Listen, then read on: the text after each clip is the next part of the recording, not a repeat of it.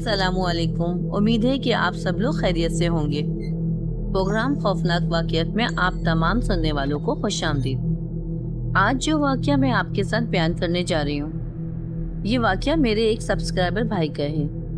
तो अब यहाँ से आगे का वाक़या मैं आपको उन्हीं की ज़बानी सुनाऊंगी। हेलो निशा, मेरा नाम प्रदीप है और मैं इंडिया के एक छोटे से गाँव अदापुर का रहने वाला हूँ। वो खौफनाक काला मंजर आज भी मेरी आंखों के आगे आ जाता है। कुछ चीजें आप कभी याद भी नहीं करना चाहते, मगर फिर भी वो आपके जहन में घूमती रहती हैं। ऐसा ही एक खौफनाक वाक़या मेरे साथ पेश आया था, जो आज मैं आपको बताने जा रहा हूँ। वाक़या कुछ यूं है कि ये बात आज से 25 साल पहले की है। मैं उस वक्त अपने घर में बिल्कुल अकेला था।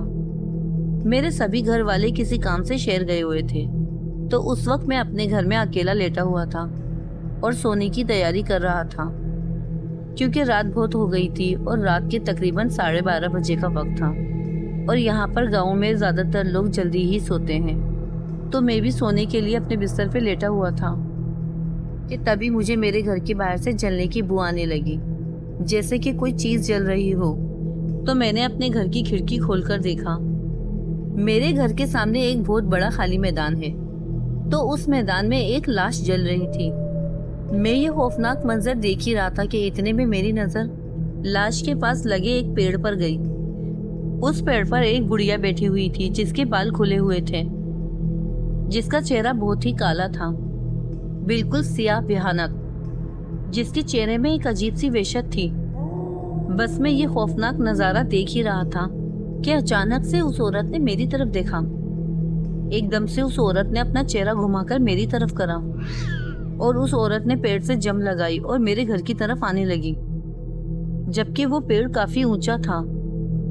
मैंने ये देखकर फौरन से अपने घर की खिड़की बंद कर दी और घर के दरवाजे भी अच्छे से बंद कर दिए।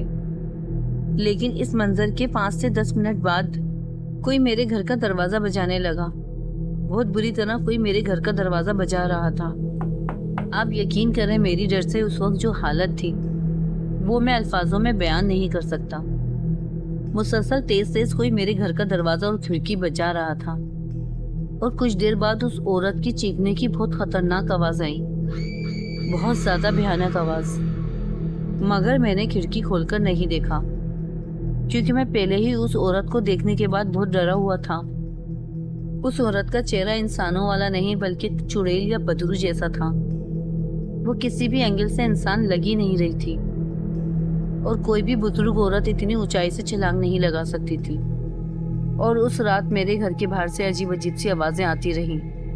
सुबह उठते ही मैंने जब बाहर जाके देखा तो बाहर सब कुछ नॉर्मल था और मैदान में कोई इंसान जला हो उसका नामो निशान भी नहीं था। उस मैदान को देखकर ऐसा लग ही नहीं रहा था कि रात को यहाँ पे कोई चीज जली है।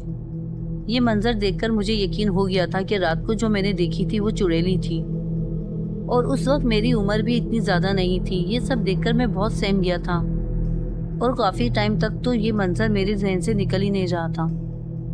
ये मेरी अपनी सच्ची स्टोरी थी जो मैंने आपके साथ शेयर करी। बहुत शुक्रिया प्रदीप, ये वाकया आपने मुझे भेजा, और हमारे व्यूवर्स जो बहुत अच्छी अच्छी कहानियाँ हमें भेज रहे हैं उसके लिए तहे दिल से शुक्रिया। और आप लोग जो वीडियो पे कमेंट्स करते हैं वो देखकर मुझे बहुत अच्छा लगता है। ये भी ज़रूर बताया करें कि आप किस शहर से मेरी कहानी सुन रहे हैं। बढ़ते हैं आज के अगले वाक़ये की तरफ। ये कहानी मुझे सियालकोट से मिसबा ने भेजी है, तो आगे की स्टोरी मैं आपको मिसबा के नज़रिए से सुनाऊंगी।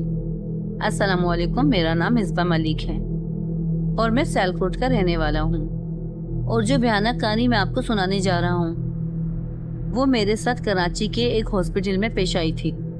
ये बात सन 2013 की है, जब मैं नौकरी करने कराची गया हुआ था। मैं ज़्यादा पढ़ा लिखा नहीं हूँ, इसीलिए मैं एक वार्ड बॉय की हैसियत से हॉस्पिटल में जॉब कर रहा था।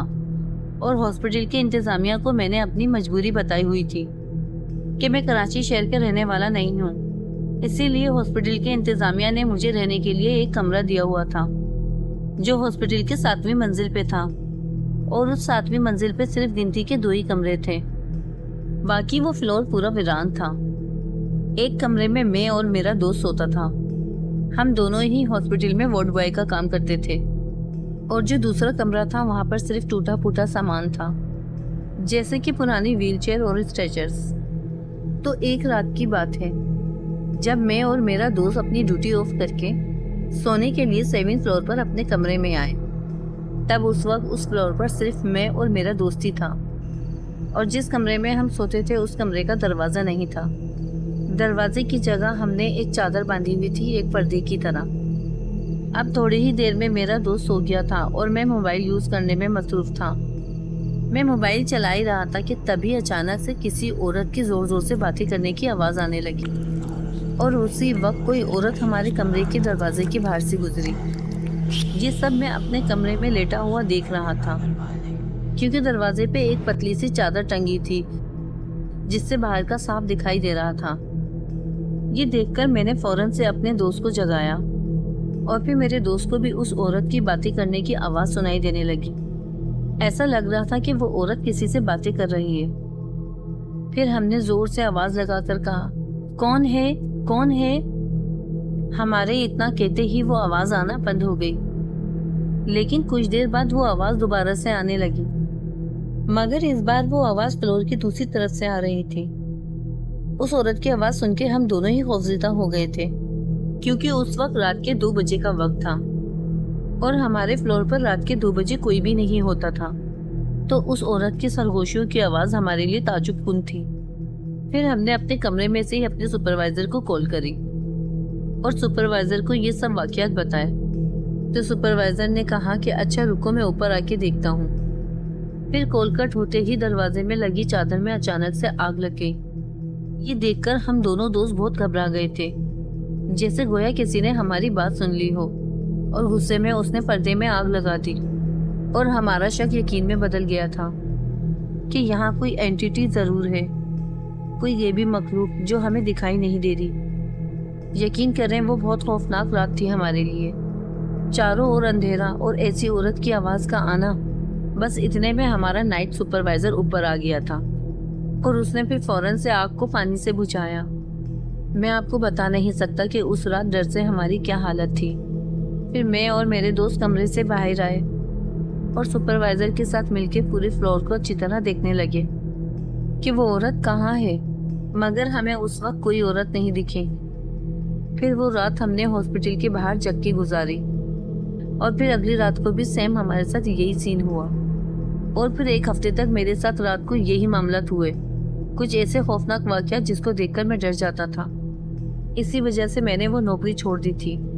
ये मेरी सच्ची आबीदी थी निशा, जो मैंने आपको सुनाई। उम्मीद है कि आपके सुनने वालों को अच्छी लगेगी। बहुत शुक्रिया। अल्लाह हाफिज़। मिसबा, आपने ये वाक़या हमारे साथ शेयर किया, उसके लिए बहुत शुक्रिया। और दोस्तों, जो वाक़यात आपने मेरे साथ इंस्टाग्राम पे शेयर किए हैं वो स्टोरीज मैं आने वाली वीडियो में नैरेट करूँगी। तो जो लोग मेरे चैनल पे नए हैं वो मेरे चैनल को सब्सक्राइब कर लें, ताकि आपको ऐसे ही सच्चे खौफनाक वाक़यात सुनने को मिलें। और मैं अपने तमाम सुनने वालों के लिए दुआ करती हूँ कि अल्लाह पाक उनकी तमाम जायज़ दुआएं कबूल फरमाए, और आप लोग मुझे भी अपनी खुसूसी दुआ में याद रखिएगा। इंशाल्लाह आपसे फिर मुलाकात होगी एक नए एपिसोड में। तब तक के लिए मुझे इजाज़त दें। अल्लाह हाफिज़। अल्लाह निगहबान।